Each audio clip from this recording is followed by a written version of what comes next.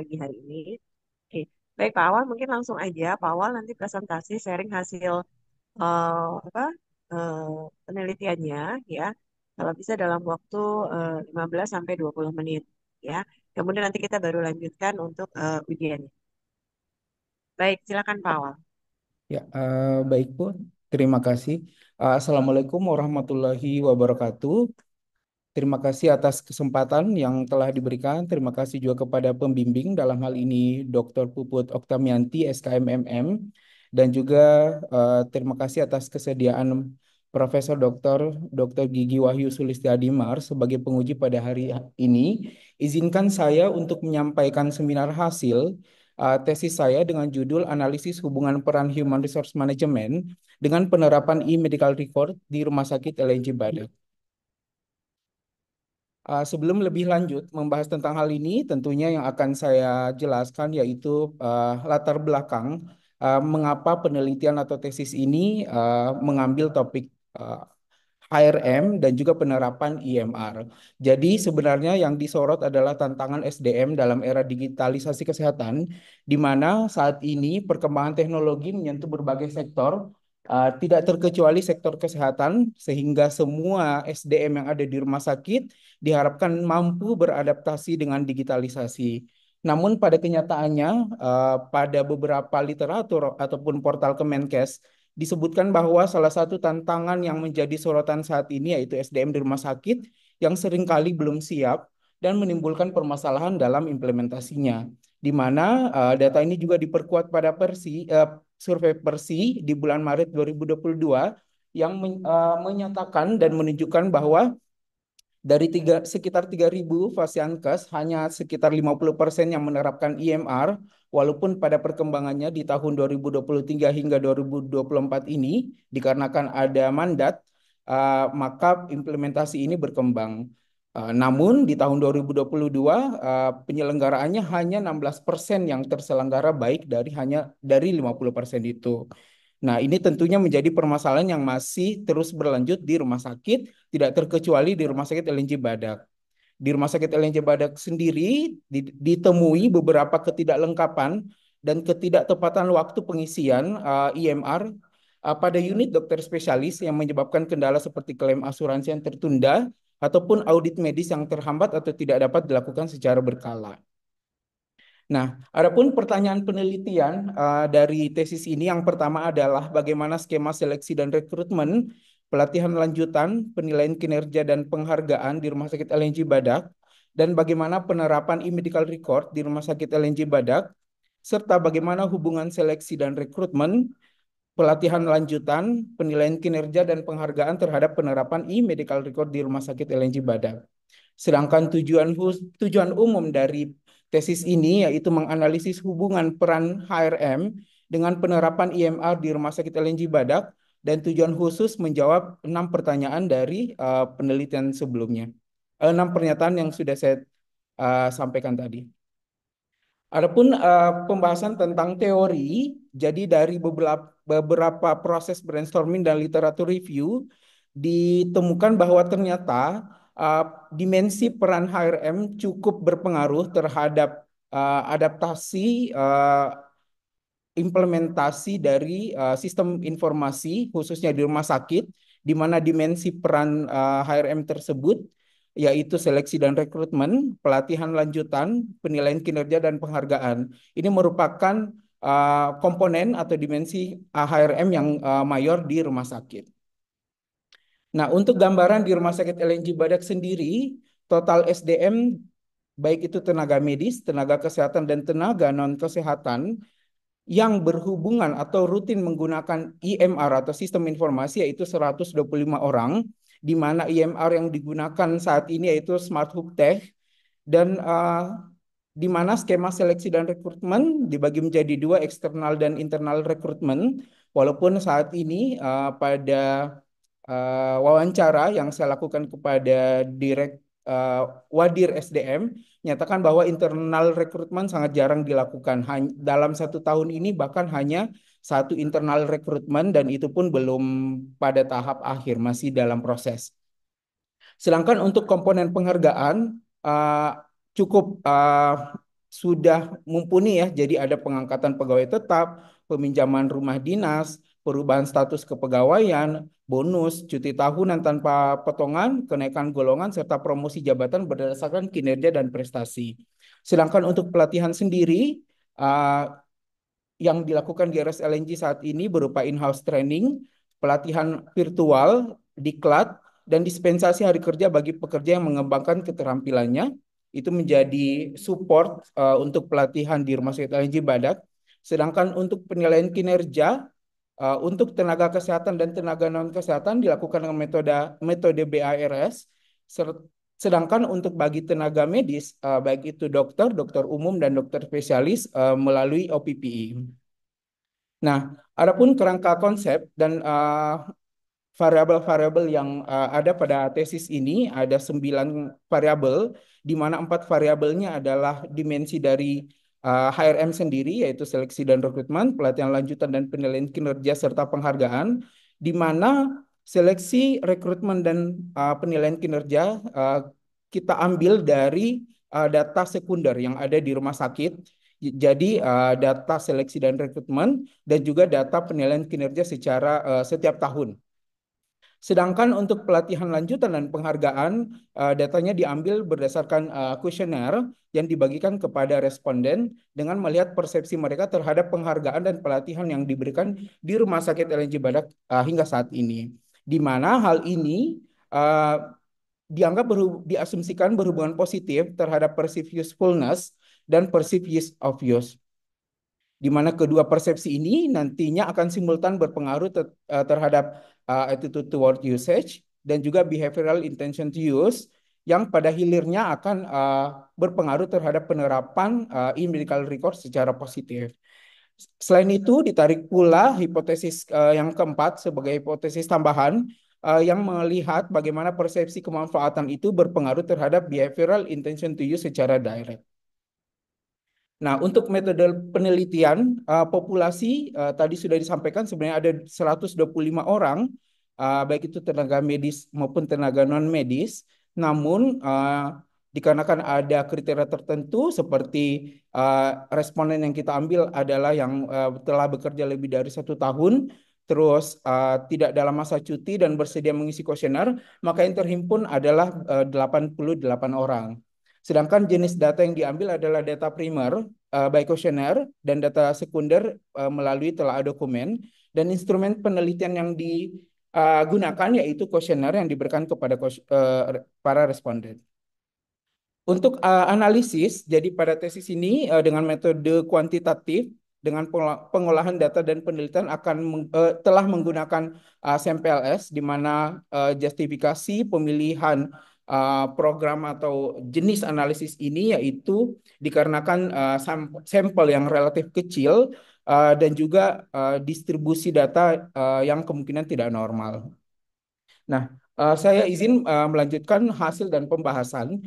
Jadi, berdasarkan karakteristik responden, mayoritas profesi responden adalah perawat di 22,7%, diikuti dokter spesialis 15,9%. Jadi, dokter spesialis cukup mayor di rumah sakit ya, sebagaimana kita ketahui.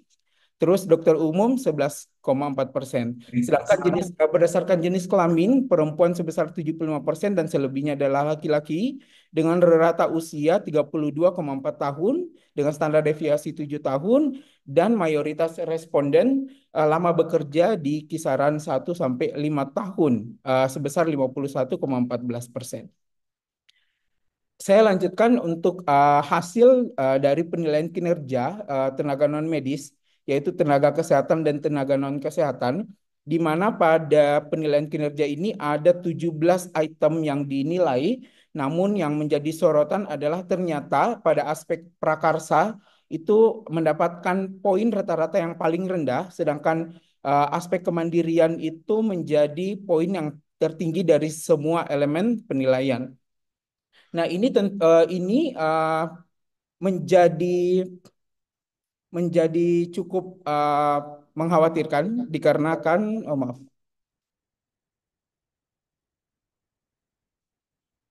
Ya, Dikarenakan pada penelitian yang dilakukan oleh Permadi dan Swana di tahun 2017 menyatakan bahwa eh, pada lokasi kerja yang memiliki hierarki dan minim penghargaan itu menurunkan motivasi dan inovasi atau eh, untuk menginisiasi sesuatu.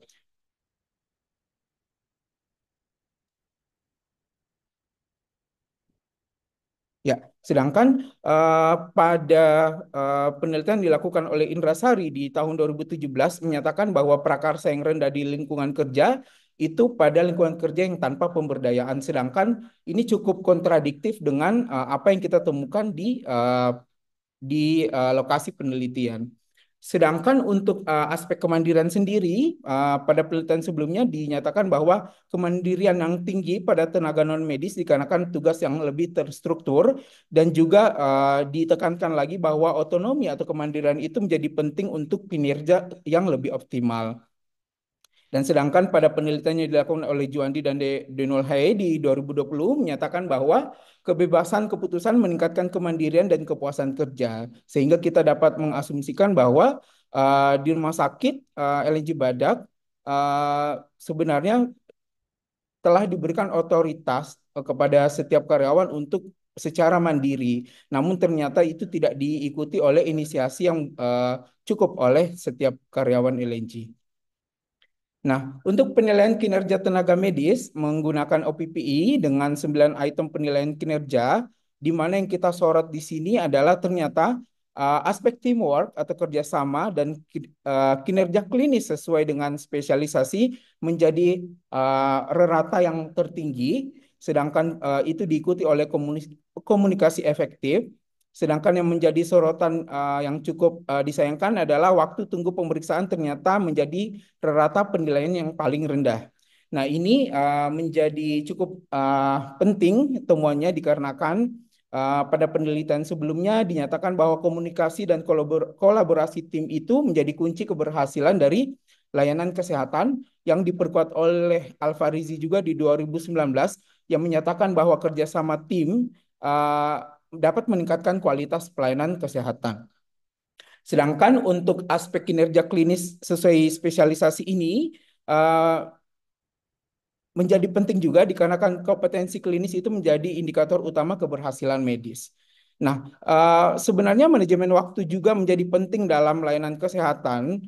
Itu diperkuat oleh Atmaja di 2024, namun uh, hasil temuan pada tesis ini menjadi cukup cukup terdukung atau konsisten dengan penelitian yang dilakukan oleh Dharma di 2021 bahwa beban kerja yang tinggi memengaruhi waktu tunggu pasien. Di mana sebagaimana kita ketahui di Rumah Sakit LNJ Badak, spesialis itu uh, rata-rata part-timer. Jadi full time-nya di rumah sakit lain dan part-time-nya di Rumah Sakit LNJ Badak. Terus selanjutnya untuk pelatihan lanjutan dari 6 aspek pernyataan yang dilemparkan kepada responden didapatkan jawaban cukup setuju hingga sangat setuju sehingga dapat kita asumsikan bahwa pelatihan yang diberikan oleh rumah sakit kepada SDM itu cukup dalam jumlah yang cukup. Nah, ini juga tentunya didukung oleh penelitian sebelumnya bahwa pelatihan yang dirancang dengan berbasis kebutuhan pekerja tidak hanya meningkatkan kompetensi individu, tetapi juga berkontribusi langsung dalam kinerja organisasi.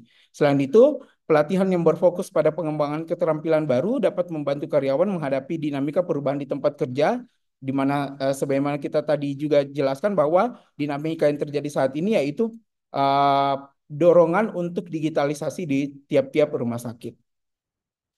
Nah, selanjutnya untuk aspek penghargaan atau reward, jadi dari 6 pernyataan yang dilemparkan kepada responden, sama jadi jawabannya adalah dominan di cukup setuju hingga sangat setuju, di mana ini menjadi sinkron dengan apa yang kita temukan di LNG, yaitu penghargaan yang cukup ini ya, cukup banyak sebenarnya skema-skemanya dan jenis-jenisnya.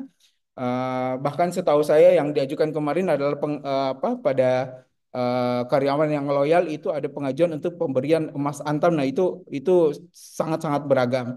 Nah, pada penelitian sebelumnya juga dijelaskan bahwa dalam teori ekuitas menunjukkan bahwa karyawan yang mengevaluasi penghargaan berdasarkan perbandingan kontribusi mereka dengan penghargaan yang diterima. Selain itu, pada teori motivasi intrinsik dan ekstrinsik juga mendukung pentingnya penghargaan dalam meningkatkan motivasi kerja. Nah, sedangkan untuk seleksi dan rekrutmen, jadi untuk seleksi dan rekrutmen di RSLNJ Badak memang datanya cukup sulit untuk ditrace. Kenapa? Dikarenakan ternyata karyawan yang telah bekerja rekrutmennya di atas tahun 2013 itu datanya tidak terhimpun secara baik. Selain itu juga mayoritas responden itu tidak melalui proses seleksi dikarenakan merupakan profesi yang dengan kebutuhan khusus. Kita tahu sendiri di Kalimantan Timur sendiri sebenarnya uh, ketimpangan antara jumlah dokter dan fasiankes itu sangat-sangat masih jauh ininya. Jaraknya masih sangat jomplang sehingga tidak dilakukan seleksi yang begitu ketat. Nah, sedangkan maaf sehingga yang bisa kita sorot di sini adalah aspek dari interview yang dilakukan secara bertahap 3 kali. Nah, ini kelihatan angkanya setiap interview satu ke dua, dua ke tiga itu mengalami penurunan. Nah, ini menjadi konsisten dengan penelitian yang dilakukan oleh Hilman di tahun 2022 yang menyatakan bahwa penurunan nilai dapat mengindikasikan bahwa semakin banyak kandidat yang tidak memenuhi ekspektasi yang lebih tinggi di tahap lanjut. Selain itu juga wawancara yang bertahap dapat meningkatkan tingkat stres kandidat. Nah, itu mungkin bisa menjadi justifikasi atau penyebab kenapa nilai-nilai di wawancara itu menjadi turun di tiap tahapannya. Nah, untuk selanjutnya pada komponen dari teknologi acceptance model sendiri, ketika kita melemparkan pertanyaan yang berkaitan dengan perceived usefulness, perceived use of use, attitude toward usage, dan juga behavioral intention to use, rata-rata sampel dan responden itu menjawab cukup setuju dan sangat setuju. Nah, seharusnya dari hasil ini kita berharap ini menjadi cukup signifikan berpengaruh terhadap penerapan e-medical record di Rumah Sakit LJ Badak. Nah, uh, pada data temuan evaluasi tentang penerapan e-medical record di RSLNJ Badak, ketika kita mau trace datanya itu kemarin ada kendala. Jadi sebenarnya evaluasinya kita ingin seobjektif mungkin by system. Jadi data ditarik by system per akunnya. Setelah itu kita lihat si A implementasinya seperti apa. Namun ternyata itu mengalami kendala di lapangan sehingga data evaluasi kelengkapan dan ketepatan waktu pengisian IMR itu diambil berdasarkan evaluasi dari manajemen, yaitu kepala unit atau kepala divisi dari tiap-tiap unit seperti itu. Dan didapatkan bahwa rata nilai untuk kelengkapan yaitu ada di angka 4,7 dan ketepatan waktu di 4,98. Itu dari range 3 sampai 5. Nah, eh, selanjutnya ketika dianalisis secara multivariat, di mana ada 14 PET hipotesis yang dilakukan pada analisis tesis ini, didapatkan hanya ada 6 PET hipotesis yang berpengaruh secara signifikan. Yang pertama adalah perceived usefulness dan ke berhubungan positif terhadap behavioral intention to use. Setelah itu perceived usefulness terhadap attitude towards usage. Selain itu pada uh, komponen dari HRM sendiri yang didapatkan signifikan hanya pada pelatihan lanjutan dan penghargaan atau reward, di mana kedua variabel ini berpengaruh kepada perceived usefulness dan perceived use of use. Itu dijelaskan dapat juga digambarkan pada pemodelan SMPLS yang saya tampilkan pada layar. Jadi ada dari 14 PET analisis atau PET hipotesis hanya ada 6 yang berpengaruh secara signifikan. Nah, Adapun keterbatasan dari penelitian ini, yang pertama dikarenakan data berasal dari karyawan RSLNJ Badak, sehingga hasilnya tidak dapat digeneralisasikan ke organisasi atau rumah sakit dengan struktur dan budaya yang berbeda. Selain itu, masih terkait dengan data, tadi juga sempat sudah saya berikan disclaimer bahwa pada saat kita mau trace datanya, ternyata datanya ada yang cukup lengkap, ada yang tidak begitu lengkap. Selain itu, untuk keterbatasan waktu dan sumber daya, juga membatasi analisis dinamika dalam penerapan IMR, sehingga kita tidak dapat mengevaluasi dari tiap waktu ke waktu. Selain itu, fokus yang HRM yang kita angkat hanya terbatas pada seleksi dan rekrutmen, pelatihan, kinerja dan penghargaan, faktor eksternal lainnya tidak dianalisis, yang bisa jadi menjadi faktor bias juga ya. Terus metodologi kuantitatif membatasi eksplorasi dalam setiap wawancara atau yang mendalam, maaf. Eh, jadi sebenarnya sangat disarankan untuk melakukan penelitian ini secara mixed method. Nah, adapun kesimpulan dari tesis saya, yang pertama adalah berdasarkan skema HRM di Rumah Sakit LNG, didapatkan temuan bahwa seleksi dan rekrutmen itu terdiri dari tes tulis, ujian praktik, maupun wawancara, walaupun ternyata ini tidak dilakukan pada setiap SDM.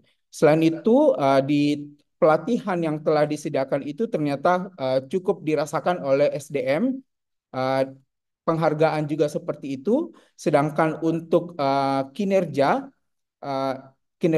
dan jenjang karir itu masih menjadi persepsi yang cukup variatif di Rumah Sakit LJ Badak.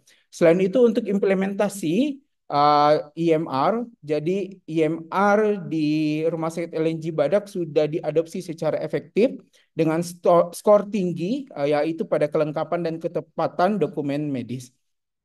Sedangkan untuk saat kita menilai hubungan dari tiap-tiap dimensi peran HRM ini terhadap penerapan IMR, didapatkan bahwa pelatihan lanjutan dan penghargaan menjadi signifikan terhadap perceived usefulness dan perceived use of use, sorry, di mana kedua persepsi ini menjadi prediktor utama SDM itu mampu mengadaptasi sistem informasi atau tidak. Sedangkan untuk seleksi dan rekrutmen dan penilaian kinerja didapatkan tidak signifikan.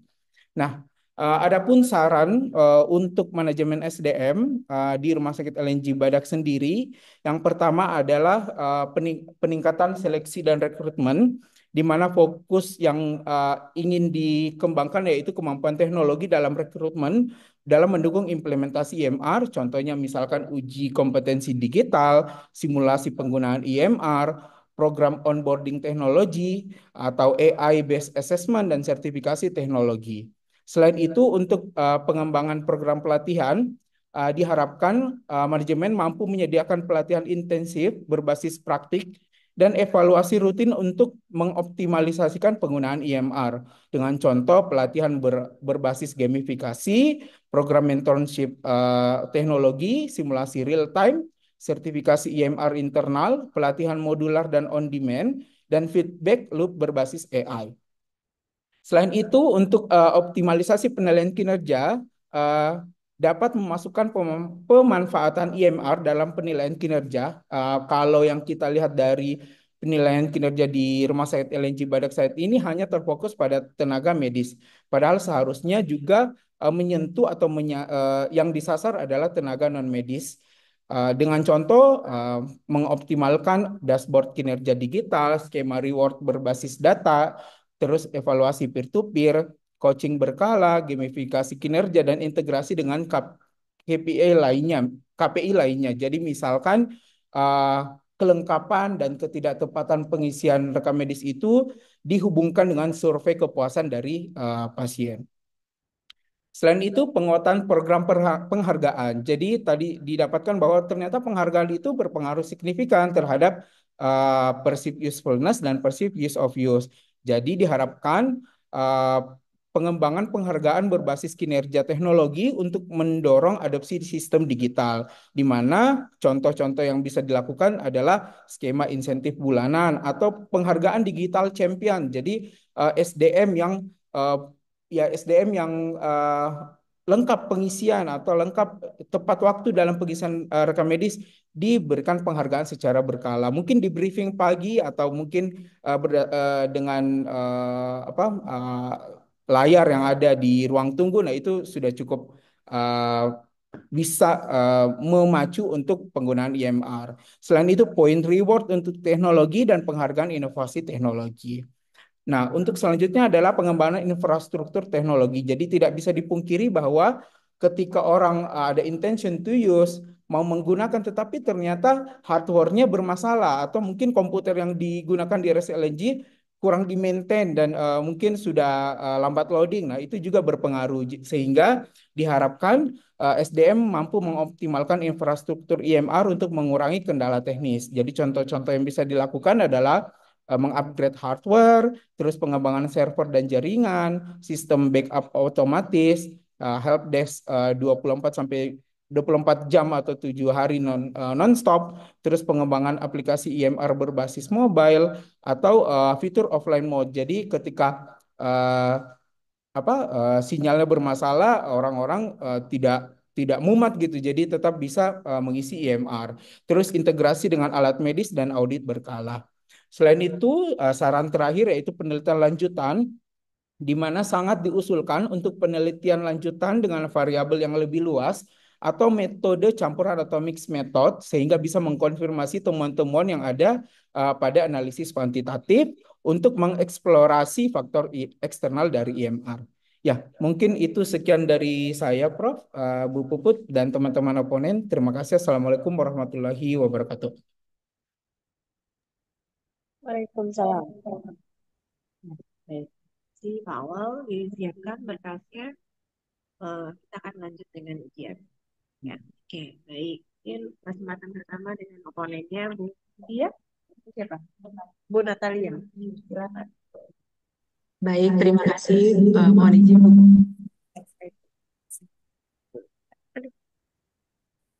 Ya, mohon izin Bu Puput dan Prof Wahyu.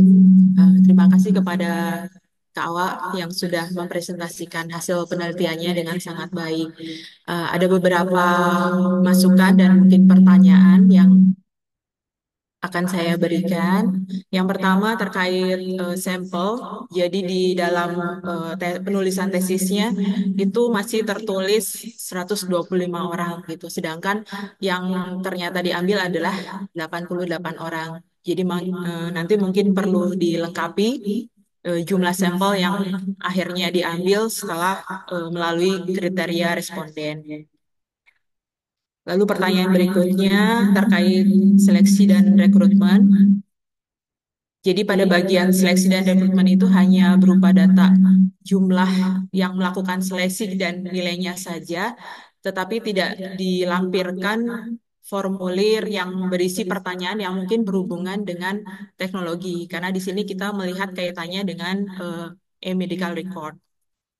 Pertanyaan berikutnya, pada penilaian kinerja, di tesis juga tertulis bahwa tidak ada, dikatakan tidak ada data OPPI yang tersedia gitu. Lalu bagaimana penilaian kinerjanya menggunakan data apa kalau data OPPI-nya tidak tersedia? Atau mungkin bisa menggunakan data OPPI yang sudah dilakukan setahun sebelumnya atau mungkin beberapa bulan sebelumnya. Dan form penilaian kinerjanya mungkin bisa juga dilampirkan di lampiran. Lalu di tabel 620 Kak yang hasil PET hipotesis di situ tertulis ada yang kalau t-value-nya 1,9 di atas 1,96 dia akan disebut signifikan ya. Sedangkan di row yang perceived is to use ke attitude towards usage itu kan 2,098. Itu mengapa hasilnya tidak signifikan. Mungkin bisa dijelaskan lebih lanjut. Lalu ya sebenarnya IMR ini kan merupakan kewajiban ya bagi setiap karyawan untuk mengisi secara lengkap rekam medis rekam medis pasien yang harus diisi gitu. Tapi mengapa malah diberikan reward ketika petugas itu atau karyawan itu mengisi dengan lengkap gitu? Mengapa tidak diberikan punishment bagi yang tidak mengisi lengkap? Dan yang terakhir, mungkin ada saran bagaimana kalau IMR-nya ini di-lock aja gitu. Jadi ketika ada yang belum terisi, maka tidak bisa di-save si IMR-nya gitu. Ya seperti yang dilakukan di DKI, ketika mengisi rekam medis pasien, lalu datanya belum lengkap, maka tidak bisa di-save. Seperti itu. Mungkin itu saja Kak Awal pertanyaannya. Terima kasih.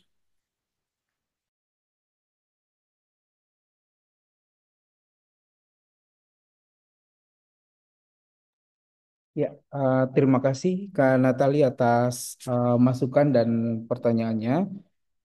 Jadi ada 6 poin ya yang tadi disampaikan. Yang pertama untuk sampel yang 125 orang betul. Jadi memang saya belum elaborasi lebih lanjut lagi di dalam draft tesis saya. Nanti saya akan tambahkan karena itu memang harusnya terjelaskan di situ. Terus yang kedua untuk seleksi dan rekrutmen. Jadi ketika di lapangan ketika mentrace datanya, memang data yang diberikan kepada saya itu hanya dalam bentuk tabel. Jadi tidak ada komponen pertanyaan, baik itu di ujian tertulis ataupun ujian wawancara, sehingga uh, sehingga tidak bisa digali lebih lanjut apakah di dalam pertanyaan itu ada aspek teknologi di dalamnya yang menjadi sinkron terhadap penerapan IMR seperti itu. Nanti mungkin saya tetap akan setelah seminar hasil saya coba approach lagi ke bagian HR atau SDM apakah ada draft pertanyaan di wawancara ataupun ujian tertulis yang nantinya bisa saya elaborasi di dalam penjelasan tentang seleksi dan rekrutmen. Jadi terima kasih atas masukannya. Terus untuk OPPI itu ini ya di bab 3 ya yang dijelaskan. Jadi itu maaf itu saya belum sempat ini kayaknya belum sempat adjust lagi, ubah lagi. Jadi sebenarnya pada awalnya memang informasi yang saya terima adalah penilaian kinerjanya belum dilakukan lagi. Tetapi ternyata ketika saya meminta data, oh ternyata penilaian kinerja yang ada itu bisa digunakan karena ternyata di sana memang termnya itu dari sebagian 2023 dan sebagian 2024 seperti itu. Jadi ternyata datanya ada. Jadi awalnya sebenarnya uh, saya anggap data di penilaian kinerja di LNG itu tidak ada gitu. Jadi itu mungkin masih bahasa di proposal itu saya juga izin ubah nanti. Selain itu yang ditanyakan di sini adalah di table PET hipotesis ya.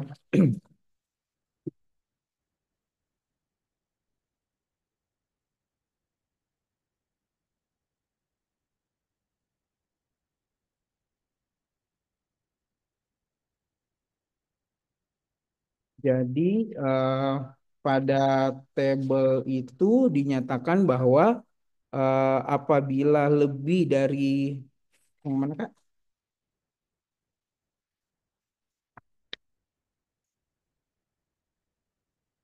Yang halaman 74 ya atau 73? Oh iya, oke baik.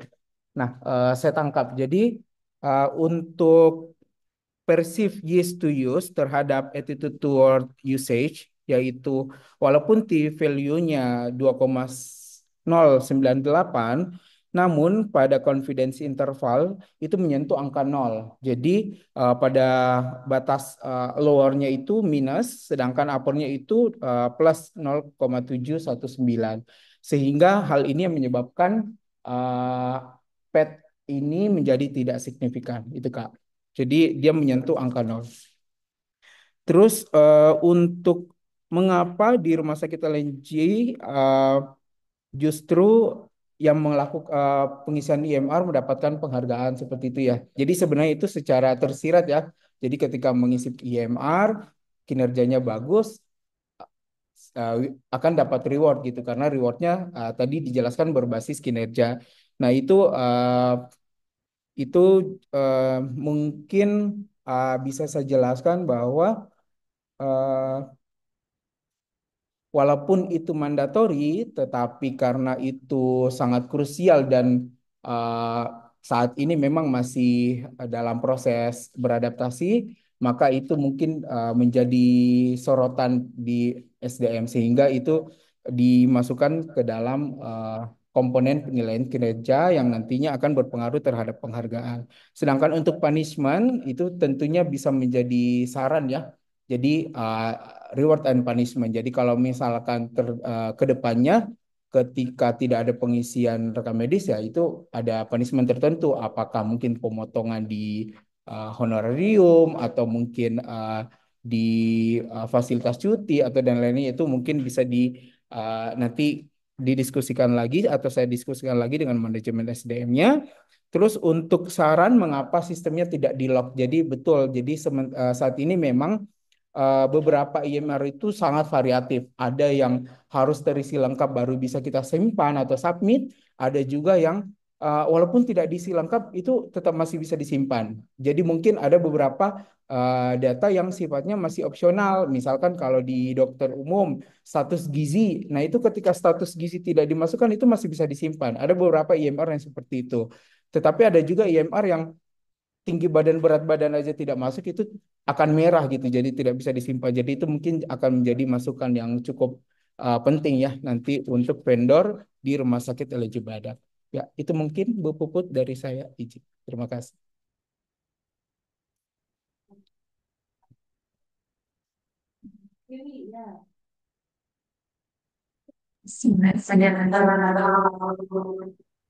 Ah, terima kasih atas kesempatannya kepada saya. Eh, Terima kasih presentasinya sebelumnya. Terima kasih kepada Puput dan Pak Wahyu. Izin saya bertanya, dari data penerapan EMR tadi, didapatkan angkanya sudah sangat baik. Dengan kelengkapannya yang tadi 4,7 atau 4,9 dari 5. Udah sangat tinggi. Mengapa ini menjadi kontradiktif dari latar belakang dibuatnya tes ini? Karena kan kalau dari latar belakang adalah ketidaklengkapan EMR pada hasilnya didapatkan sudah sangat baik. Mengapa itu? Lalu yang kedua, eh, pada penilaian kinerja, apakah sudah dimasukkan poin kelengkapan pengisi MR? Karena menurut saya penilaian kinerja ini menjadi kunci untuk para nakes atau tenaga medis non medis yang melakukan eh, kelengkapan rekam medis untuk pengisian yang lengkap.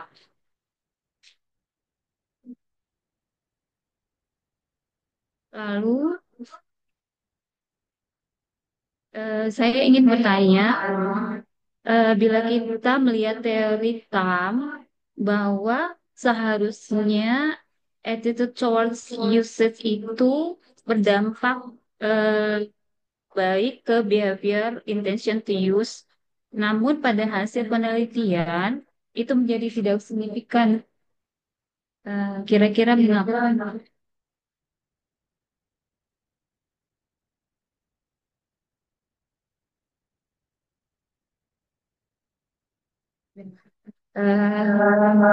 Yang terakhir saya ingin bertanya, mengapa dari 4 yang menjadi dimensi HRM, mengapa hanya pelatihan lanjutan yang memiliki hubungan signifikan?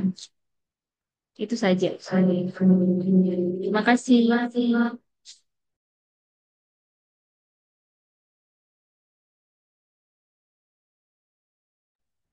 Baik terima kasih Kak Yuni atas pertanyaannya. Yang pertama yang ingin saya respon yaitu mengapa eh, pernyataan di latar belakang itu kontradiktif dengan temuan hasil uh, dan pembahasan yang ada di akhir. Jadi pada latar belakang betul yang kita sorot itu ada beberapa ini ya, beberapa poin. Yang pertama yaitu kesiapan SDM uh, yang disorot oleh portal Kemenkes itu. Terus yang kedua memang secara global, secara nasional, memang penerapan IMR itu masih terselenggara kurang dari harapan.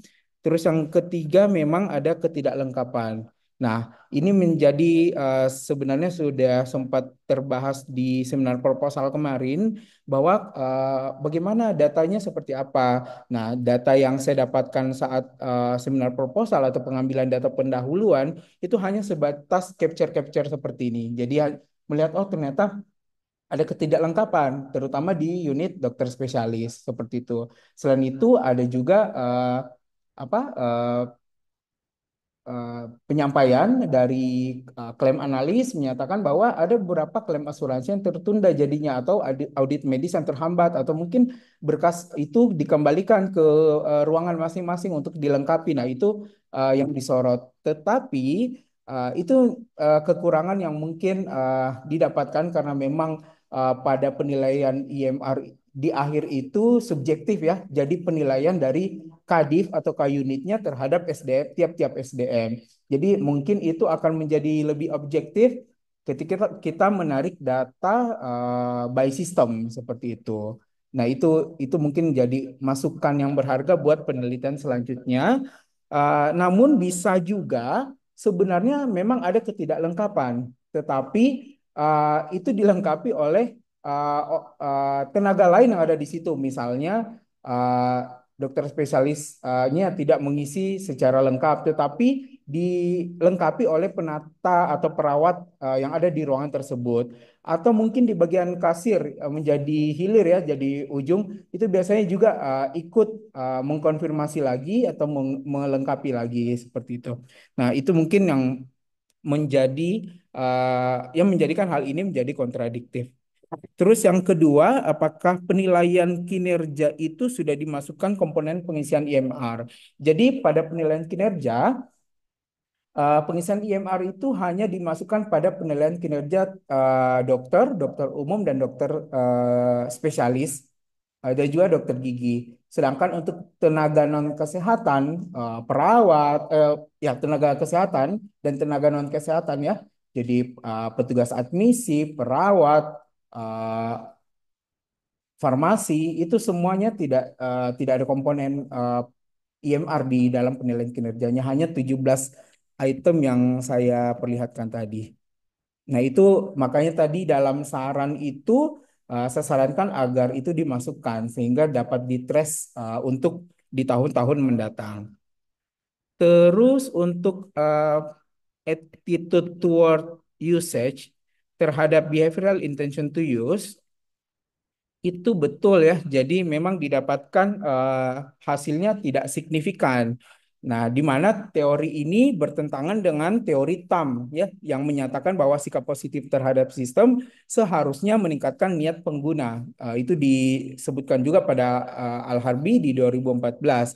Nah, ini mungkin bisa diterapkan oleh adanya faktor bias. Jadi, misalkan adanya faktor eksternal lain seperti kebijakan organisasi, atau ketersediaan dukungan teknis. Jadi memang di Rumah Sakit LNJ Badak itu ada satu grup di mana vendor ada di situ, tim IT ada di situ, dan beberapa mungkin perwakilan dari tiap-tiap divisi ada di situ, itu bisa membantu dalam implementasi IMR.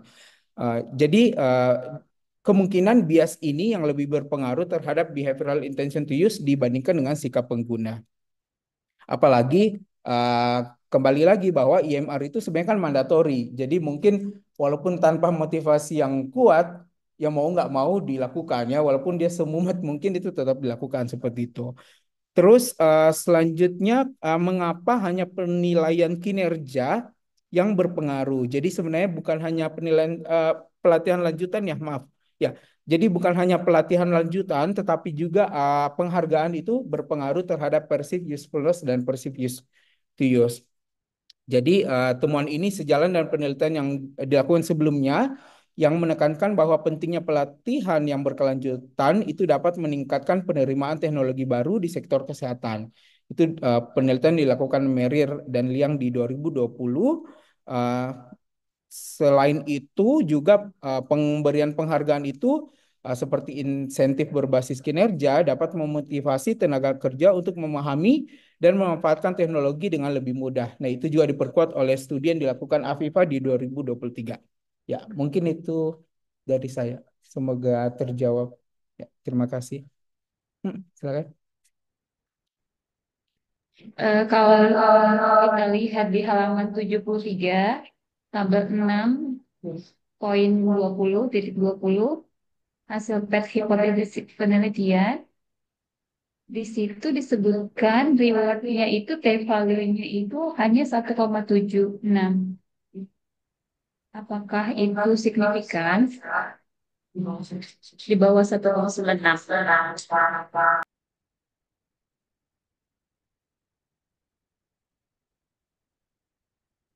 Yang mana?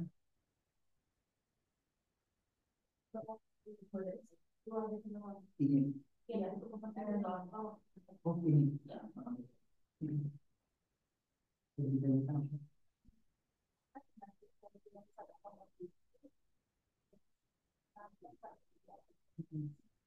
Hmm. Ya, baik. Jadi yang ditanyakan adalah mengapa uh, ketika ditarik dari reward ke perceived use of use atau use to use itu signifikan, padahal T-value-nya 1,761. Jadi yang setahu hemat saya ya, jadi ketika confidence intervalnya itu tidak melewati angka nol, itu tetap dianggap signifikan. Seperti itu, iya. Jadi sama dengan pelatihan lanjutan ke Persif use to use itu juga sama, jadi tidak melewati angka nol. Jadi hasilnya searah gitu. Jadi kalau minus minus semua, plus plus semua gitu. Jadi nggak melewati angka nol. Nah itu yang dianggap signifikan, gitu Kak. Heeh. Jadi setiap satu penambahan reward itu akan menambah 0,265 Persif use to use seperti itu. Jadi ini juga menjadi ya ini juga ada temuan. Jadi ternyata dari kerangka konsep ketika saya tarik hipotesis yang keempat itu bagaimana perceived usefulness berpengaruh terhadap behavioral intention to use itu ternyata menjadi koefisien dengan jalur yang paling terbesar dari semua variabel. Jadi koefisiennya itu sampai 0,762. Jadi itu yang menjadi terbesar.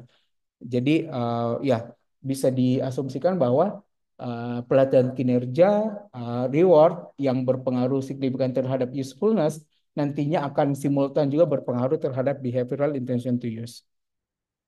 Ya, ya mungkin itu. Terima kasih. Ya, ya, Tadi yang dijawabnya.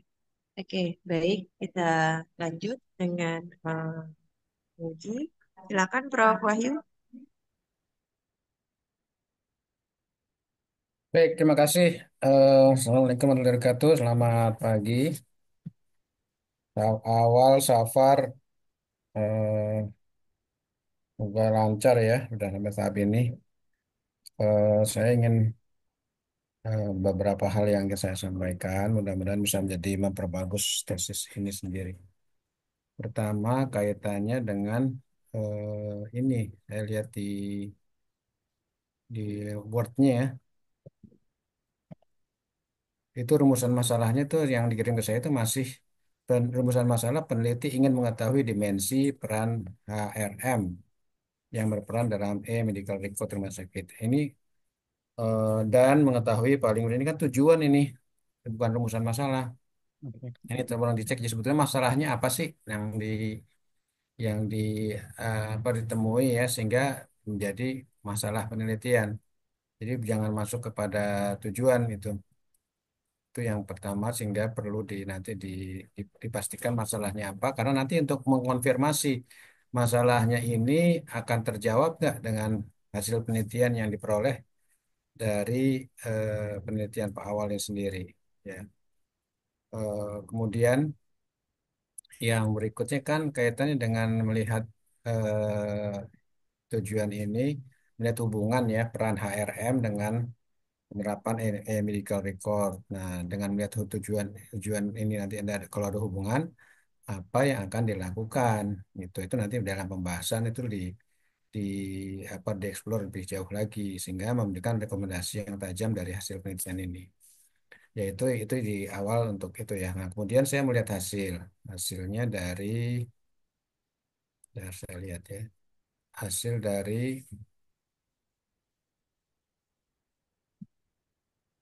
ini misalnya, oh sebelum hasil saya lihat dulu, kerangka konsep.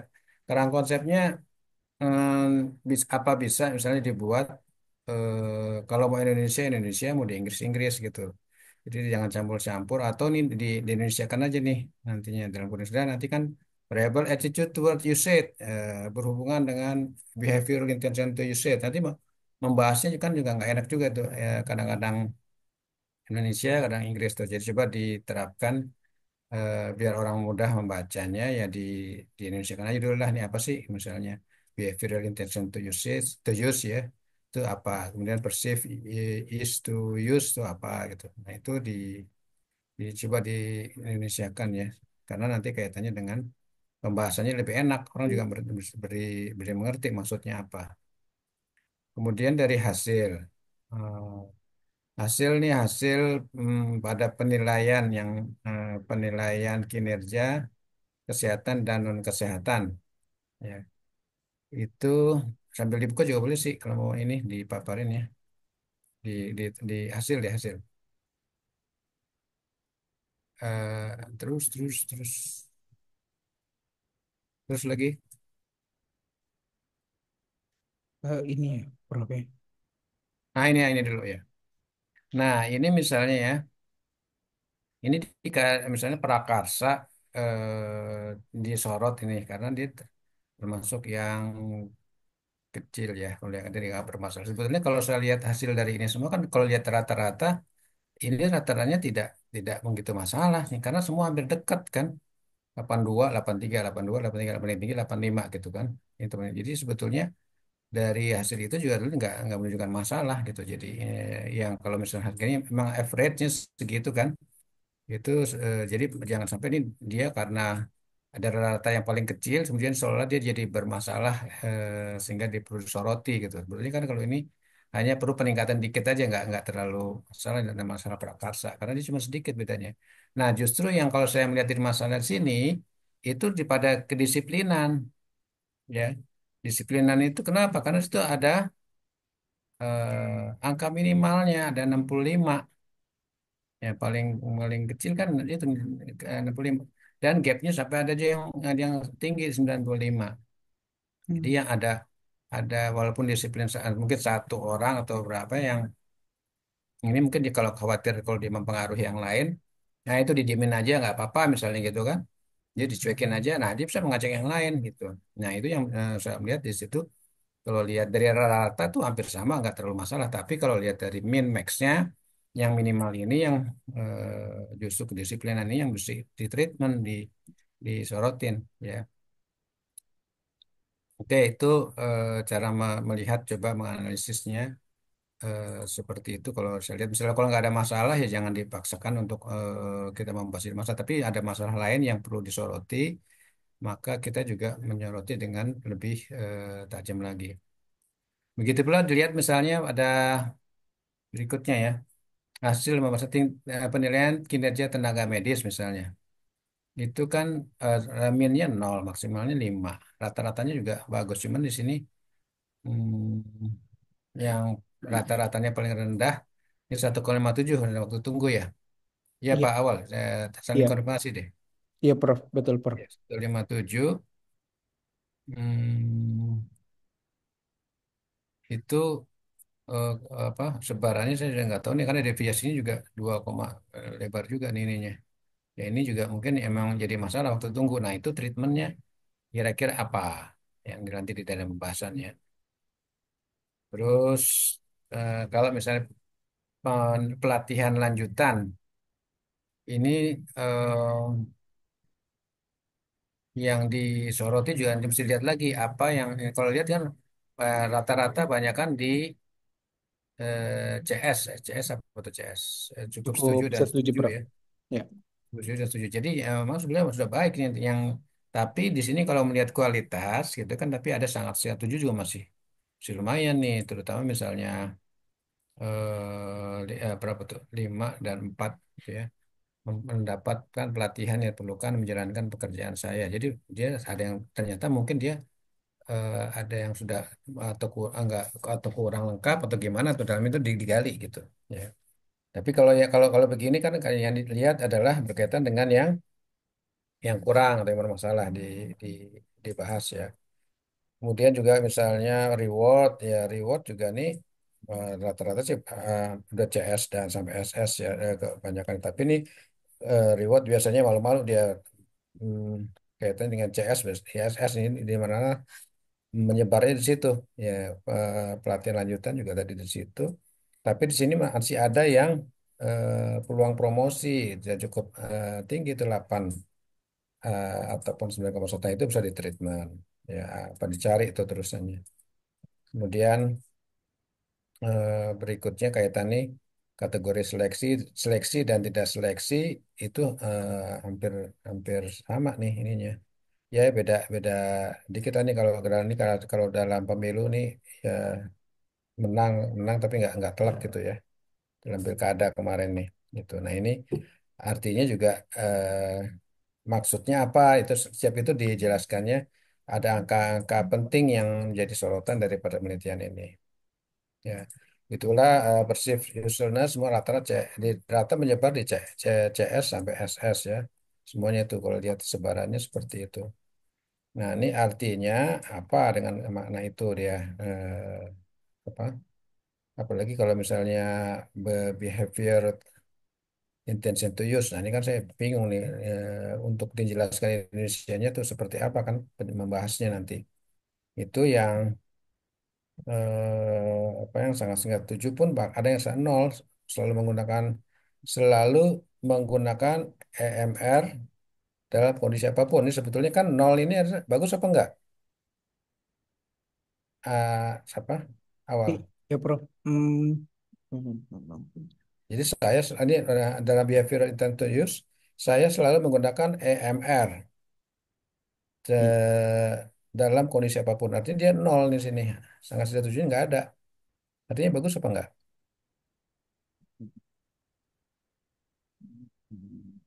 Iya, sesuai.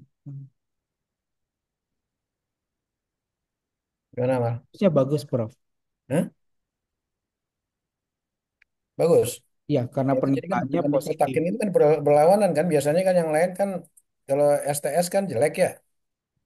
Iya, betul, Ya, Prof. tapi di sini ada nol tuh berarti bagus.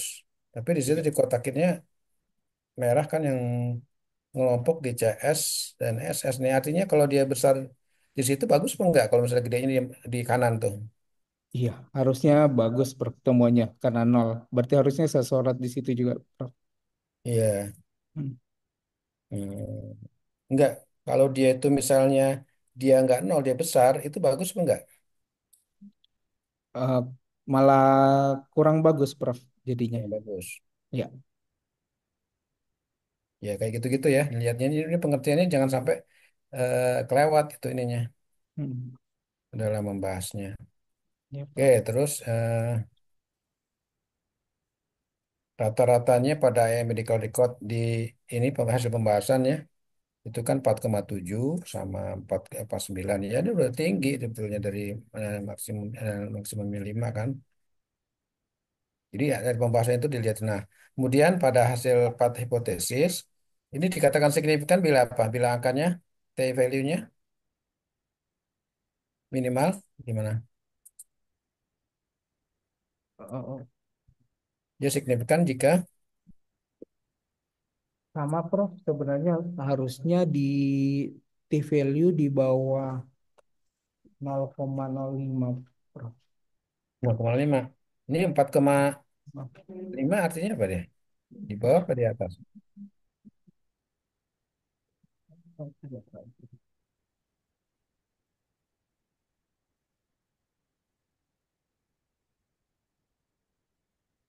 Confidence interval. Itu 0,5. Eh, maaf, Prof. Yang pertama dinyatakan signifikan apabila T untung lebih lebih besar dari T table, Prof, ya. Ya, artinya kalau di sini kan nggak ada penjelasan nih tabel ini. Orang tuh tahu bahwa dia signifikannya dikasih penjelasan. Dia Iya. signifikan bila apa. Jadi orang tahu ngeceknya di sini. Iya, lebih dari 1,96, Prof. Nah, kan itu kan. Ini kan jika dia signifikan tuh bila T-nya lebih dari 1,96. Ini kan nggak ada penjelasannya. Sehingga orang nggak tahu nih signifikannya dari berapa. Orang kan tahu biasanya apa kalau T itu 0,05 gitu kan. Ini ternyata ini kan bukan 0,05. Jadi kasih penjelasan dulu biar tahu ininya. Ya. Nah, terus eh, berikutnya juga di sini apa dua-duanya berhubungan ya. Kemudian yang pada yang ini nih yang hubungan attitude to work usage dengan behavior intention to use ini tidak ada hubungan kan. Nah, ini juga kenapa yang menyebabkan kemungkinan secara praktek ya. Ini kan teorinya hasilnya seperti ini secara statistik. Kemudian nanti dibahas secara praktek apa. Kalau yang berhubungan sih oke lah. Tapi dan yang berikutnya juga ada yang tidak berhubungan antara behavior intention to use dengan penerapan sistem numerical record. Secara statistik seperti ini. Tapi kemungkinan secara praktek apa yang kemungkinan tidak bisa berhubungan. Ya. Jadi cari cari ini contohnya prakteknya seperti apa ya, seperti itu. Nah, kemudian nanti kesimpulannya ini kan ada banyak nih. Itu juga sesuai enggak dengan dicek lagi dengan tujuannya ya. Tujuannya apakah tercapai apa enggak? Karena ini begitu kesimpulan berapa nih? 3, 4, 5, 6, 7, 8 ini kesimpulan statistik semua ya. Kesimpulan statistik semua yang didapatkan dari penelitian ini ya. Sedangkan apa yang dimaksud kalau misalnya berhubungan itu apa sih kesimpulannya kan gitu. Yang kesimpulan praktisnya secara konten itu seperti apa? Karena kan di sini memang secara tujuan khusus pun memang ingin melihat hubungannya seperti apa. Kemudian justru yang menarik lagi di tujuan khusus pertama ya mengetahui skema rekrutmen pelatihan penilaian yang itu nanti kesimpulannya apa yang akan diperoleh ya berkaitan dengan tahapan. Nah ini jadi skema itu kesimpulannya apa kan di sini hanya memberikan seleksi rekrutmen terdiri dari 3 tahap. Nah, apakah itu merupakan skema atau bukan? Ya. Jadi coba dicocokin aja maksudnya skema itu apa. Juga kesimpulannya jangan mengulang sebaiknya. Jangan mengulang hasil maupun pembahasan, tetapi membuat suatu kesimpulan. Ya. Contohnya maksudnya mengulang, contoh contoh gampangnya gini biasanya saya contohkan. Kalau misalnya kita lihat di sebuah meja ya, kan kita temukan nih, kita lihat meja itu ada pensil, ada buku, ada laptop, ada kertas, ada apa lagi? Ada kacamata, misalnya, ada tisu. Nah, kesimpulannya apa orang di situ? Kesimpulannya mungkin orang bilang jangan ulang lagi di situ ada pensil, ada buku, ada itu kan sama aja yang bukan bukan disimpulkan. Kesimpulannya bisa dilihat adalah meja tersebut penuh dengan barang-barang kantor atau misalnya itu kan kesimpulannya. Jadi kesimpulannya itu menyatakan dari hasil dan pembahasan itu apa yang kita simpulkan dari peneliti terhadap hasil kita sendiri gitu. Ya. Eh, jadi kelihatan memang kita bisa menganalisis ya walaupun sintesisnya belum tapi sudah menganalisis saya sedikit-sedikit sintesis lah. Kesimpulan tuh biasanya sudah mengarah analisis dan ada analisis tersebut analisis biar di pembahasan itu ya. Kesimpulan itu sedikit-sedikit mengarah ke sintesisnya udah dengan begitu saya bisa menyimpulkan ini gitu. Itu coba disesuaikan terus sarannya juga gitu. Misalnya ini ada 3 saran ya. Kalau bisa ini kaitan dengan masalah yang temuan yang paling beresiko, kemudian misalnya tidak signifikan, apa risikonya gitu kan. Nah itu supaya memperbaiki seperti apa. Itu yang secara konten dari setelah dibahas maka kita bisa memberikan suatu saran yang memberikan apa perubahan-perubahan dari hasil penelitiannya sendiri. Ya. Ini juga memberikan saran dari buatnya, tapi kalau bisa nanti lihat kalau kedalaman saran itu atau rekomendasi itu berkaitan dengan kedalaman kita membahas. Ya kalau kita pembahasannya nggak dalam, hanya membandingkan saja dengan penelitian orang lain, itu atau penelitian terlaksana di sini, ya kita susah memberikan saran yang tajam gitu. Baik, itu aja Bu Puput. Eh, Selamat Pak Awal Safar, semoga sukses. Makasih. Terima kasih banyak, Prof. Baik, terima kasih Prof. Wahyu. Oke, tadi ini ya banyak masukan yang perbaiki ini dan luar biasa nih Pak Awal untuk mengejarnya Boleh. setelah sedang akreditasi di rumah sakit juga ya.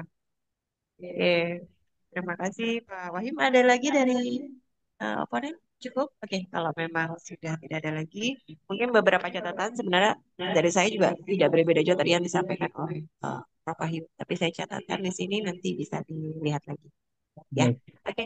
Baik, mungkin untuk ujian Pak Awal kami cukupkan. Terima kasih Pak Prof. Wahyu, juga teman-teman oponen dan juga teman-teman yang memberikan warning kepada Pak Awal sebenarnya hasil pada pagi ini. Mudah-mudahan bisa diperbaiki dan direvisi dengan segera dan kita bisa jadwalkan ujian tesis selanjutnya. Ya. Ya. Baik, Amin. terima kasih Pak Wahyu. Prof. Wahyu sehat-sehat ya. Izin tutup. Terima Assalamualaikum. kasih, saya Udin. Terima kasih, Prof. Wahyu. Assalamualaikum. Assalamualaikum Salam. warahmatullahi wabarakatuh.